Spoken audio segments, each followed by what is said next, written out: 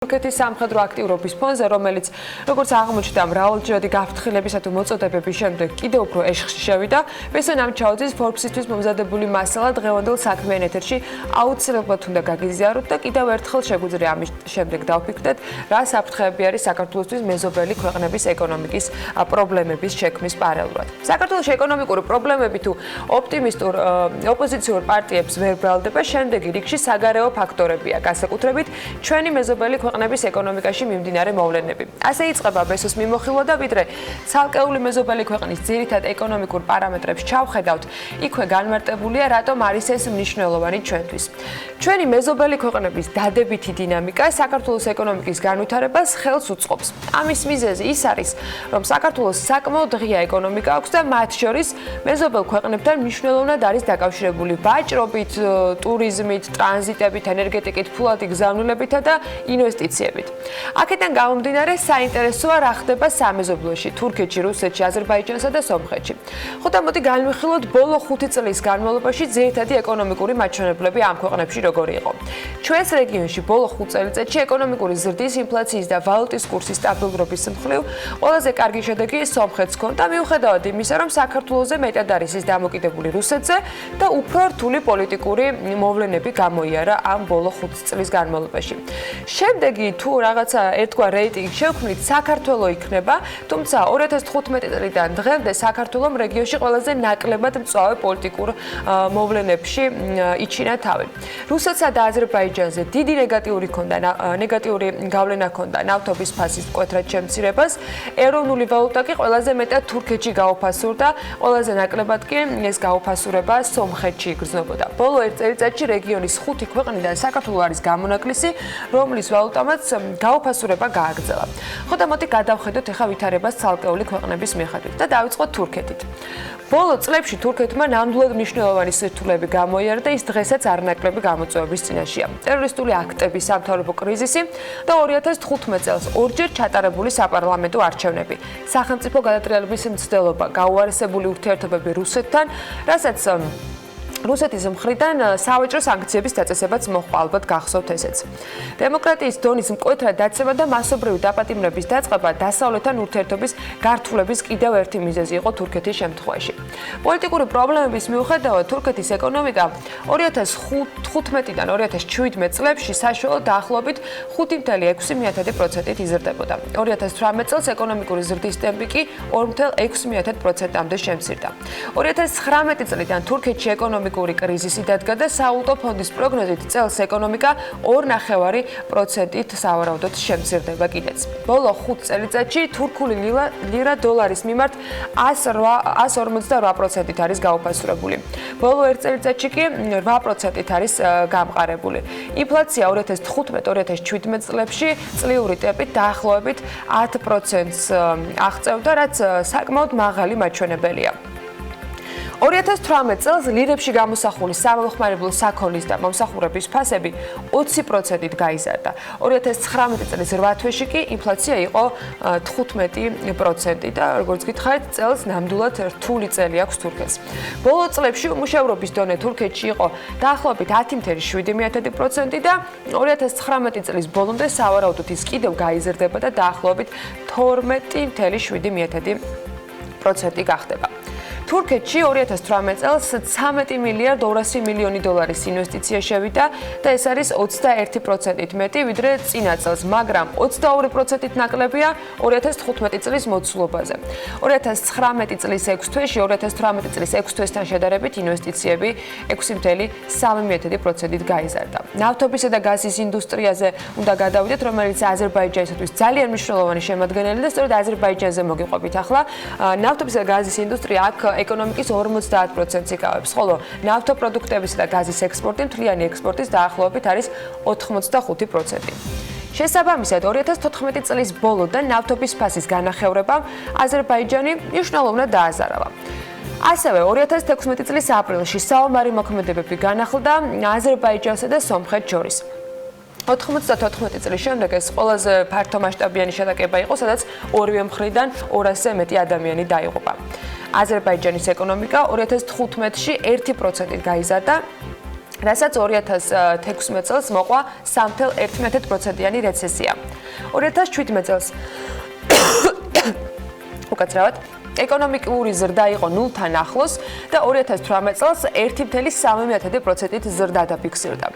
წლევანდელ წელს რაც შეეხება აზერბაიჯანში ეკონომიკის წელს 3.4%-იანი ზრდა არის პროგნოზირებული სავალუტო ფონდის მონაცემებს თუ დავეყრდნობით. ნავთობისა და გაზის ექსპორტიდან შემცირებულმა სავალუტო ნაკადებმა კი აზერბაიჯანული მანათის მკვეთრი გაუფასურება გამოიწვია. 2015 წლის თებერვლამდე აზერბაიჯანს ფაქტობრივად მანათის დოლარის მიმართ ფიქსირებული კურსი ჰქონდა და 1 დოლარი ღირდა დაახლოებით 0.78 მიესედი მანათი. მიუხედავად იმისა, რომ მანათის კურსის გაუფასურების შესაჩერებლად აზერბაიჯანის ცენტრალური ბანკის რეზერვებიდან დაახლოებით 10 მილიარდი დოლარი დაიხარჯა და სულ ჰქონდა 15 მილიარდამდე რეზერვი, ანუ დაახლოებით 2/3 დახარჯეს. 2016 წლის ბოლოსთვის მანათი 131%-ით გაუფასურდა და 1 დოლარი ღირდა 1 მანათი და 80 მიასედი. ბოლო 5 წელიწადში მანათი დოლარის მიმართ არის 118%-ით გაუფასურებული. ბოლო 1 წელიწადში მანათის კურსი ფაქტობრივად არ შეცვლილა და 1 დოლარი ღირს 1 მანათი და 70 მიასედი. 2015-2017 წლებში აზერბაიჯანში ძალიან მაღალი იყო ინფლაცია, წელიწადში საშუალოდ 11%-მდე. 2018-2019 წლებში კი საშუალო წლიური ინფლაცია იყო 2.4%. ამ კრიზისების ფონზე უმუშევრობის დონე მხოლოდ უმნიშვნელოდ გაიზარდა და ბოლო 5 წელია ის დაახლოებით 5%-იან ნიშნულზეა.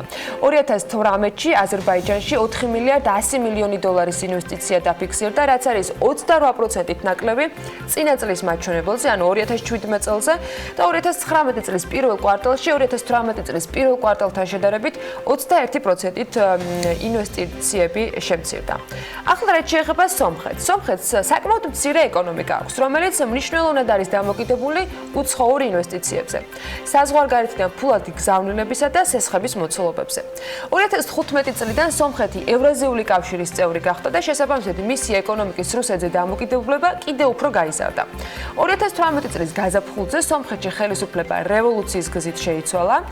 ამავე წელს სხვათა შორის ეკონომიკა 3.3%-ით გაიზარდა. 2016-ში კი რუსეთის კრიზისის გამო ზრდის ტემპი იყო 0.3%-მდე შემცირებული. 2017 წლიდან სომხეთის რეგიონში ყველაზე მაღალი ეკონომიკური ზრდის ტემპი ფიქსირდება.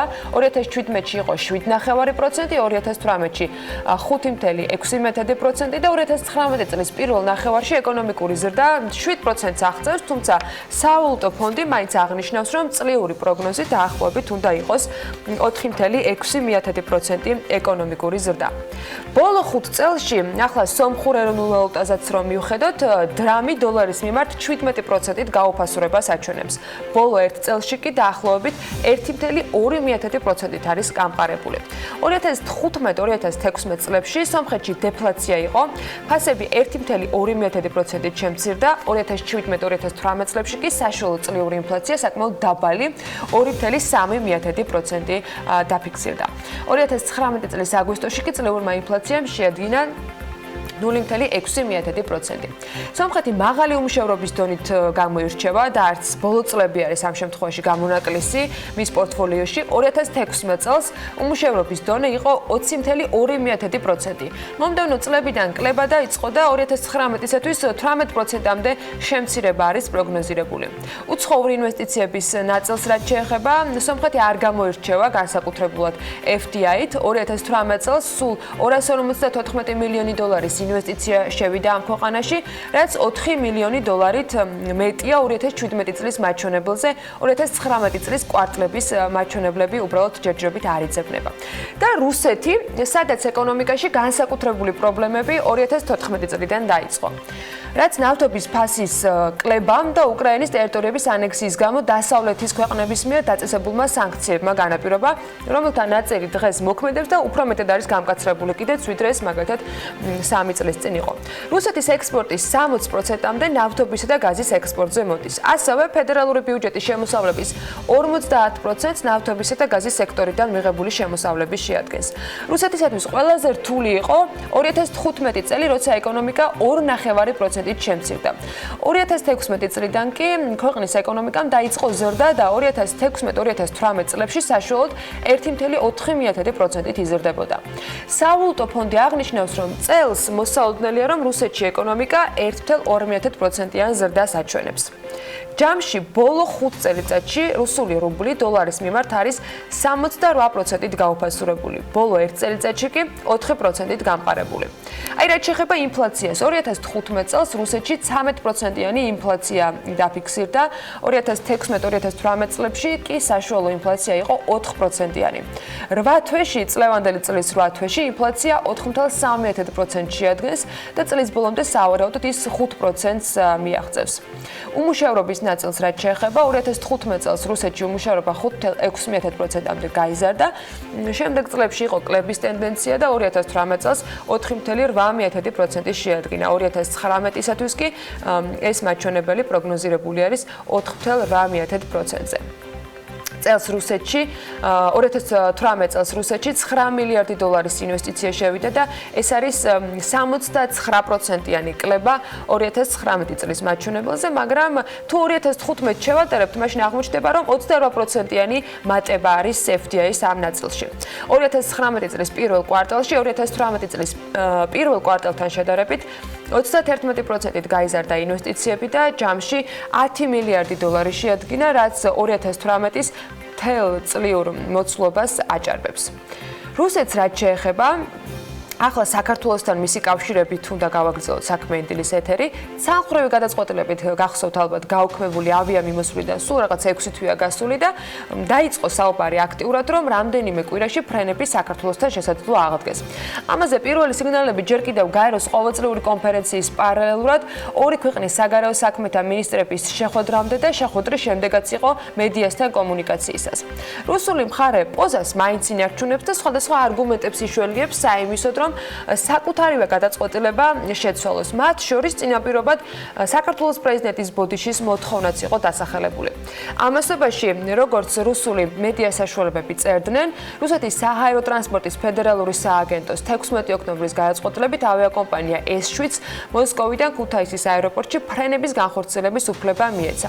ოფიციალური დოკუმენტის მიხედვით რუსულ ავიაკომპანიას ქუთაისის მიმართულებით კვირაში 7 რეისის შესრულების შესაძლებლობა ექნება.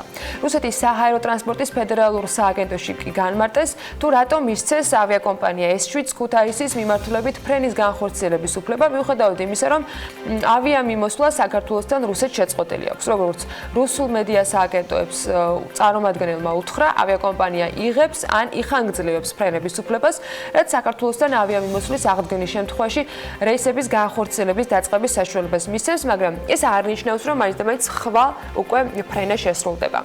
ამ ფონზე ეკონომიკის მინისტრის განმარტებით, რომელთა კითხვების დასმის საშუალებაც გუშინ ჰქონდა, საქართველოს საჰაერო ადმინისტრაციას ის ამბობს, რომ არ მიუღია რაიმე სახის შეტყობინება, რომ ფრენები აღდგენილია. რის გამოც ის გავრცელებულ ინფორმაციას ვერ ადასტურებს.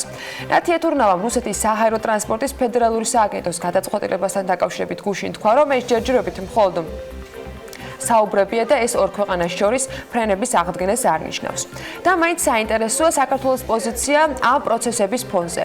მაშინ როცა აქტიურია საუბარი ფრენების აღდგენასთან დაკავშირებით, როგორ აღიქვამს ოფიციალური თბილისი შექმნილ რეალობას და რამდენად პასიურია ან აქტიურია მთავრობებს შორის კომუნიკაცია ამ არასტაბილური განწყობების ფონზე, რომელიც ჩრდილოელი მეზობლისაგან მუდმივად ისტორიულად საქართველოსთვის ბევრ პრობლემას ქმნიდა ხოლმე.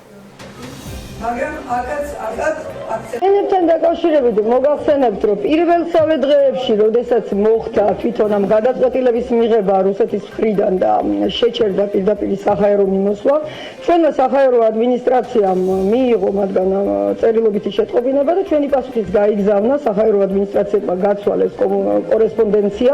მათ შორის თუ კი რამე კითხვა იდგა უსაფრთხოებასთან დაკავშირებით ჩვენს მიერ იქნა მიწერილი, რომ ჩვენი საჰაერო სისტემა პასუხობს უმაღლეს ევროპულ სტანდარტებს და არ კითხვა არ არსებობს. აქედან გამომდინარე, საჰაერო ადმინისტრაცია ჩვენი არის ყოველთვის მზად კონსულტაციების დასაწყებად და ჩვენ ველოდებით მეორე მხრიდან გარკვეულ პოზიტიურ ნაბიჯებს. ჩვენ კონსულტაციებისთვის ვართ მზად. საქართველოსა და რუსეთს შორის პირდაპირი საჰაერო მიმოსვლა 2019 წლის 8 ივლისიდან არის შეწყვეტილი და ეს პერიოდი მარტივი ნამდვილად არ ყოფილა გადასატანად. ორ ქვეყანას შორის საჰაერო მიმოსვლის აღდგენის შემთხვევაში იმედია ისიც არ დაგვაუწყდება, რამდენად არასტაბილური და არასანდო მხარე არის მეორე მხარე და გეგმა, რომელიც მათ შორის რუსი ტურისტების დანაკლისის შესავსებად ამუშავდა და იმედია ასეთი გეგმა გრძელვადაზეა გათვლილი, ბოლომდე იქნება შესრულებული, იმიტომ რომ შვიდად და არხეინად ვერ ვიქნებით ერთი მიზეზით. აქ მეორე მხარე რუსეთია. მე რა რომ კარგი ამბებიც გვაქვს, მაგალითად Skype Airlines-მა ყველაზე მოთხოვნად მიმართულებად ბათუმი და თბილისი დაასახელა. 2019 წლის იანვარ-სექტემბერში უკრაინული low-coaster-ი Skype Airlines-ი ჯამში 1,200,000 მგზავრს მოემსახურა და მხოლოდ სექტემბერში ავიაკომპანიამ 1029 რეისი განახორციელა, რომლის დახმარებითაც 168,900 მგზავრი გადაიყვანა. სექტემბერში განხორციელებული ავიარეისებიდან კი 564 რეგულარული იყო და 465 ჩარტერი. შესაბამისად, მგზავრთა პროცენტული გადანაწილებაც 54,8% და 45,2% იყო. Skype Airlines-მა უკრაინის აეროპორტებში რეისების 81% შეასრულა დროულად, როგორც ამბობენ და 85 შემთხვევაში დაგვიანების მაჩვენებელმა 1 საათს არ გადააჭარბა. სექტემბრის მონაცემებით კი Skype Airlines-ის განხორციელებული ავიარეისებიდან ყველაზე პოპულარული რეგულარული მიმართულება იყო ბათუმი, თბილისი, ბარსელონა, ალიკანტე და ლარნაკა. 2018 წელს Skype Airlines-ი ჯამში 451,000 მგზავრს მოემსახურა და ალბათ კიდევ უფრო საამაყოა და მნიშვნელოვანი, როდესაც ახალი მიმართულებებიდან საქართველოს პრიორიტეტულად ირჩევენ. კარგი ამბებიც გვაქვს კიდევ სხვა. პარასკევის განწყობისათვის და უქმეების სამზადისში დილის შემსუბუქება არ გვაწყდეს და თან მართლა ძალიან კარგი სიახლეებია. პარიზში ლუქსემბურგის სასახლეში გამართულ საზეიმო ცერემონიალზე საქართველოს ღვინის სამშობლოს სპეციალური პრიზი გადაეცა. ფილმზეა საუბარი.